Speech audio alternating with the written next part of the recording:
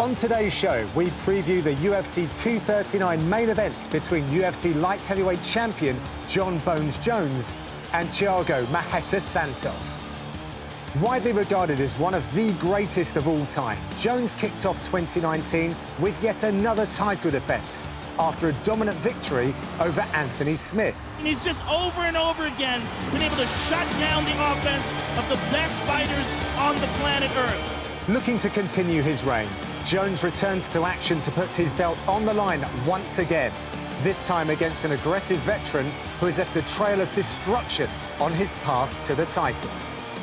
Since stepping up from an impressive campaign at middleweight, Marreta Santos has smashed his way into title contention with an impressive run of 3 straight stoppages. Oh, that's it! Thiago Marreta Santos does it again! The power-punching Brazilian now has his first shot at UFC Gold and a chance to be the first to overthrow the undisputed light heavyweight king. Hello and welcome along to UFC Inside the Octagon, where we bring you in-depth analysis for the big fights in the UFC. John Gooden alongside Dan Hardy. And this one is for UFC's light heavyweight title. Dan, we have Jon Jones, who's featured many times on this show, facing a new challenger for this one, Thiago Santos. Now, the last time we looked at Mr. Jones, he was fighting Anthony Smith. A lot of analysis, of course, but we never really saw what Anthony Smith was capable of. I think when you go up against Jon Jones, there's that curse almost. Thiago Santos, in my eyes, has to be true to himself and bring all of those wild characteristics into this fight. Yeah, I mean, it may work out well for him that he got to watch Anthony Smith fight Jon Jones before he stepped in there, because with the Smith performance, you could see the frustration in Smith. Certainly after the fight, he knew that he didn't go in there and give his best performance. He didn't give up performance. He was very defensive. And if Santos is fighting in that same way, then, you know, it's going to be a long night for him as well. He has to remember the things that were effective in all of the fights that have led him to the world title and continue that on, as difficult as that is with Jon Jones and that strange voodoo control he has over people. It would seem that way. Right, well, let's open up with the facts and the stats, shall we? Starting from the top then, Dan, 31. Still just 31. It's amazing to think, because you know, you look at the body of work he's put in, the people that he's beaten already, you know, and we were discussing before the show, he's already cleared out the division. Yeah. Like, he's cleared out the division, took a bit of time away, and now he's come back to clear out all the new contenders again. And he's still in his prime. And he's still younger than most of his opponents that he's fighting. I mean, look at this, 35. He had less experience than Anthony Smith. You know, I mean, it's crazy to think where Jon Jones is at and what he's capable of.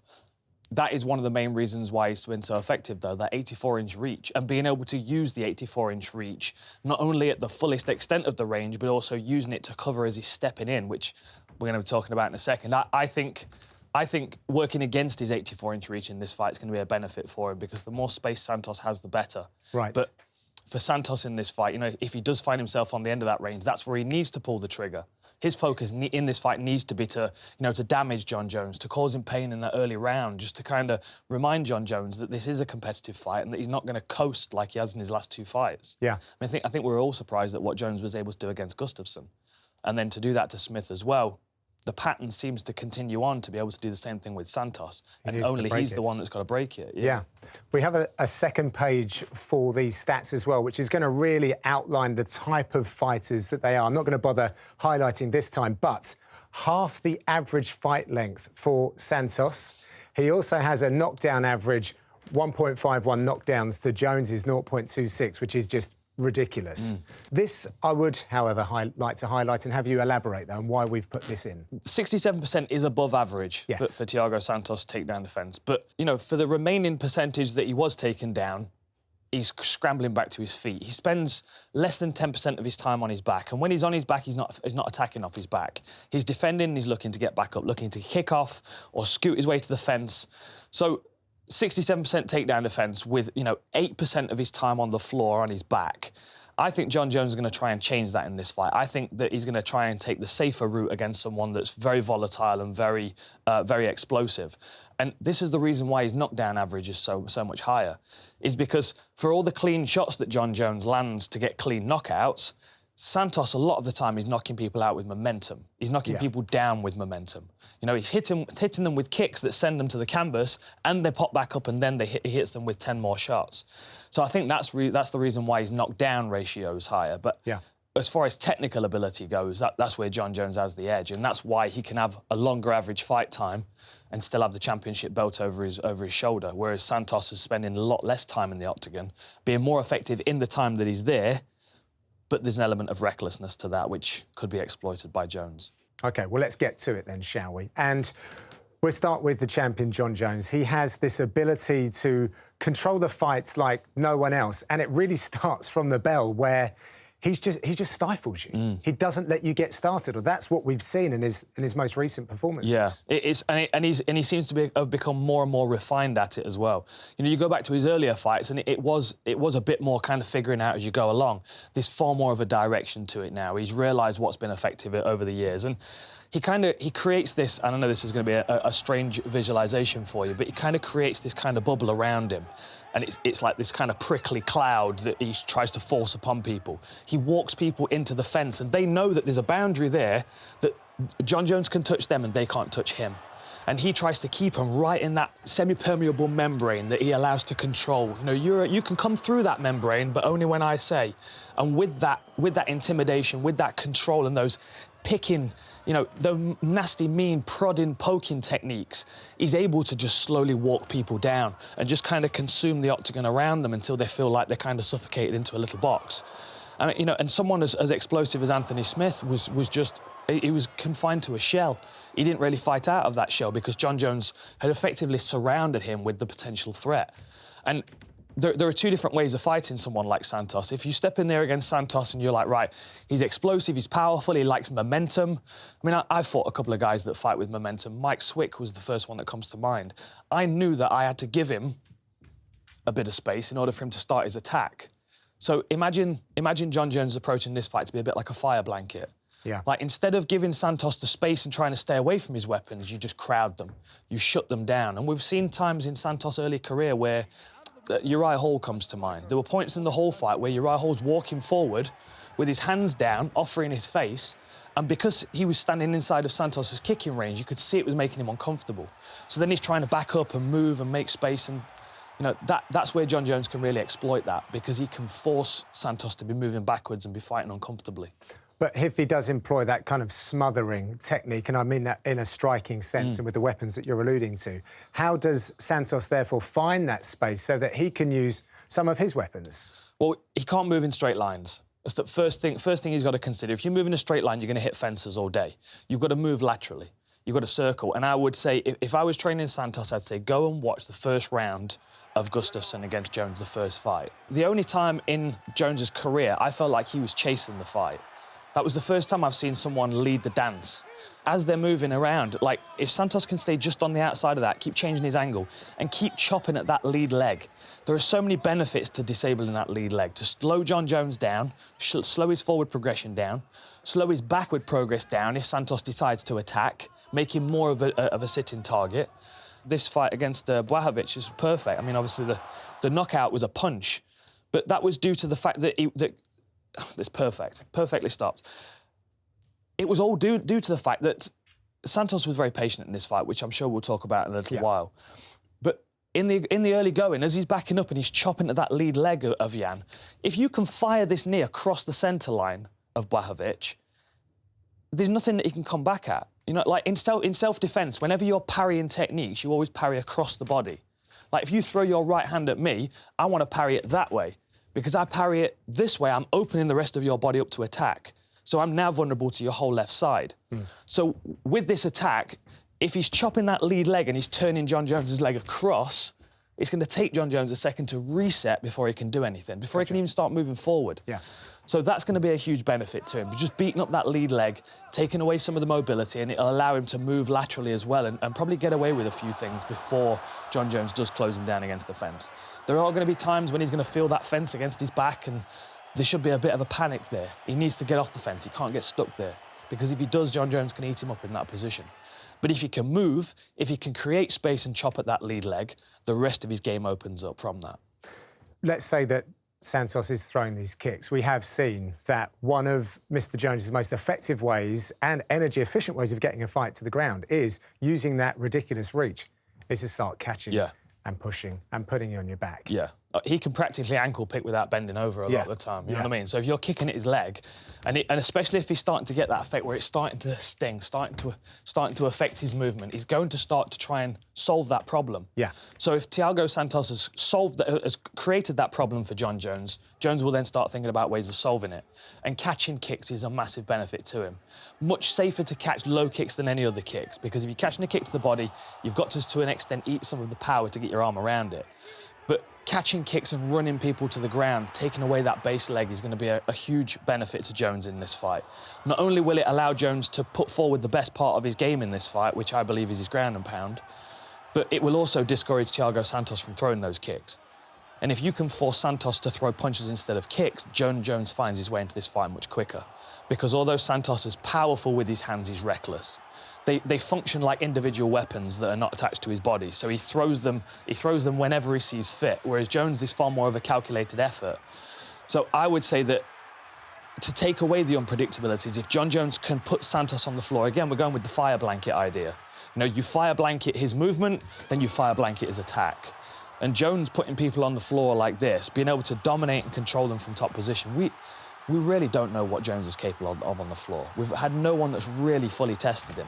I would say that what we've seen in Jones's fight is he's had some problems with Gustafsson in the first round, things that I would say Santos can replicate, and we've seen Jones taken down a couple of times, but he's still got 95% success in takedowns, and he's fought the best. So, like, we still don't really know the fullest extent of his game. And I would say if I'm Jon Jones and I want to be fighting regularly, and I know I'm fighting loads of these contenders that are now very powerful and quite unorthodox, you've got to start cutting the risks down, which is what we saw from GSP, and which is why he kept his belts for so long.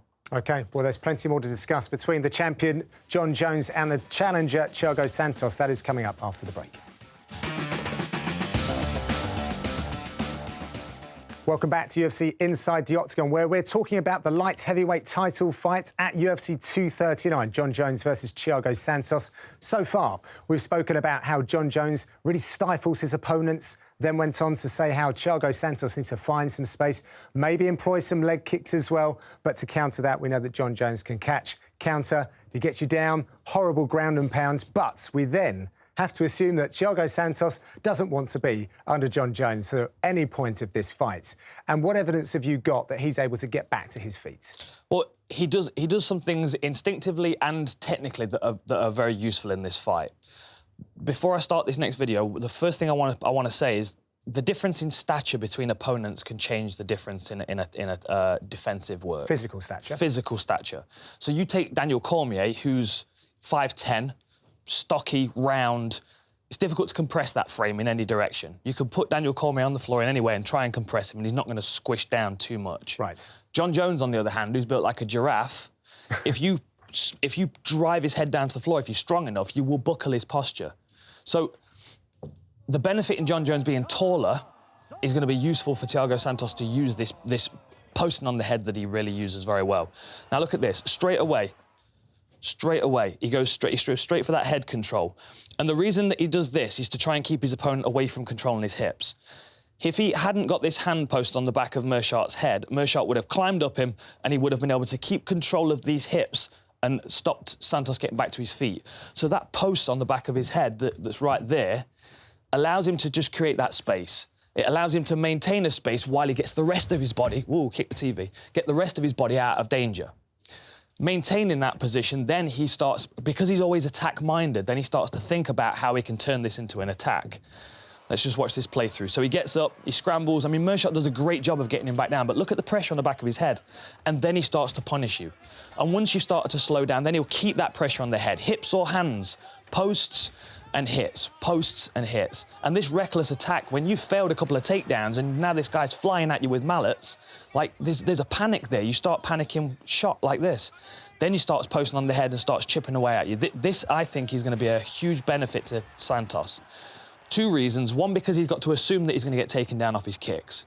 And two, he can't not throw his kicks because he might get taken down, because that's the Jon Jones voodoo. If he starts thinking, well, if I throw my jab, Jon Jones is going to hit me. If I throw my kick, he's going to take me down. Then he just doesn't do anything. He has to take risks, and he has to have solutions for the downfalls to taking those risks. So the risk of throwing a kick is that someone level changes and tries to take him down. The benefit to that is that he's already got a solution for that, posting on the head and getting back to his feet. And if he can stuff a couple of takedowns, if he can get Jones tired, if he can attack Jon Jones while he's trying to get takedowns, there are so many opportunities for Santos to utilise this wild, reckless style to catch Jones. It's unlikely he's going to knock Jon Jones out with one punch. Santos is not the kind of person that goes, right, this is the perfect punch, bang, walk off, knockout. He's not. He's the guy that will throw a punch and another punch and another punch, and then you'll start covering up and you're backing up. And because his confidence is on the rise and his momentum increases and his power increases, then people start to panic and they close their eyes and their hands will start doing this, and then he comes around the guard and hits you with the 10th, 12th, 15th shot that he throws. That's where he's going to get Jon Jones.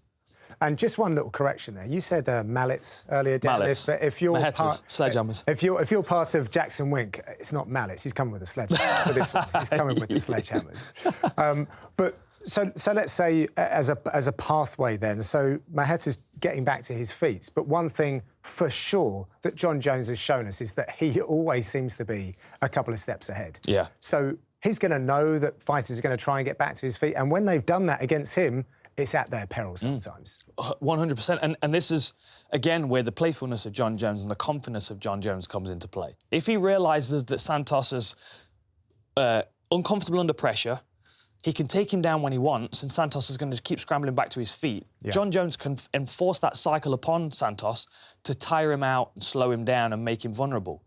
And there are only so many times you can post on the head and fight back to your feet before you do start to feel it in your arms. And that's where Jon Jones becomes dangerous, because he'll wait until you start to break. He'll wait until there's an opportunity. And he'll force that cycle upon you until it makes that opportunity available. This is the kind of thing I see being a massive danger to Santos. As he's scrambling back to his feet, Jon Jones either taking his neck or circling to his back. Literally taking your head. It's literally taking it. I mean, like, I think he's still got Machida's head under his arm. Like that. I mean, he's clamped onto that. He's not letting go of that. And then there's no remorse at the end of this. He lets go, he walks off. Like, you can imagine with the drop that followed the squeeze, you can imagine how hard the squeeze was. And even if Santos is able to defend his neck, circle his head out, this is the next stage. There are the Glover Teixeira range elbows. And this is the thing with Jon Jones. There are 3 ranges of elbows with Jon Jones. Most people don't have 3 ranges of technique. Some people are just 1 range. Jon Jones has 3 ranges for his elbows. So you've got the Glover Teixeira range, where he's right in front of you. Then you've got the Anthony Smith range, where he's in contact with your hands, but you're still up against the fence. Then it moves on to the Rashad Evans range, where he's allowing you space to move, and he's still been able to come over your guard and chop you up with elbows. The cycle that Santos could get caught in this place could be not only consciousness stealing, but it could be like brutally devastating. I mean, he could be sliced up from Jon Jones in this position. So not only does he not want to get stuck against the fence, he doesn't want to get stuck in that cycle where Jon Jones is just going to chip away at him until he gets a finish. Yeah, and if you've been watching Jon Jones' social media, he's been working on the bag with just elbows as well. So you know he's coming prepared for those. Exactly. But we haven't seen Thiago Santos on this programme as much, and I think it's worth looking back at some of his Hollywood stuff, his highlight reel things, because they get us excited. Cue the fireworks. Exactly that. Exactly. Yeah. He's a lot of fun to watch. And he's a real raw talent, and there are so many benefits to that being that raw talent, because, as I said, he doesn't have the technical ability to beat Jon Jones in a kickboxing match or in a grappling match or in a clinch work match or in a wrestling match. What he does have is this wild card ability to just throw fire at Jon Jones in every direction. And there are certain things about that stand out. He's a long-time capoeira practitioner, and that stands out because his kicks are far better than his punches. His kicking is by far the best part of his game. And what I like is how he uses it to push people into the fence. Look at this against Marco. Let me just play that back before I show you the aerial shot, because you can see what he did there. And the reason that I like this is because he fights off both sides, and because he's left-footed, like I am, but fights from an orthodox stance most of the time. Now, I got around that by using switches to use my lead leg. He gets around it by stepping. He steps through or he steps back. And as we've seen, Jon Jones can be kind of lazy and he can pick and be relaxed. And sometimes you'll see him, he'll just kind of step back. They're the moments I feel where Santos can just fill that space with a step forward, and then he's ready to fire. And if he can do that, he'll cover far more distance going forward, and he can force Jon Jones into a choke point here. So you can see here with Marquardt, he stepped around him to this side. Now Marquardt feels like the window between Santos and the fence. That whole space is there. He doesn't want to go this way because you can see how little space there is. So he's going to be forced to circle in this direction, almost subconsciously, which is where Santos forces him to walk onto a kick. And as I said earlier, it's not necessarily the kick that does the damage. It starts the cycle of damage that then is then finished with something else. Look here, steps across to the side, opens this doorway. Look how wide that is. I mean, we can see where the referee is here. It's the obvious exit. That's where the fence is, right? It's the obvious exit. But then see how much distance Thiago Santos covers.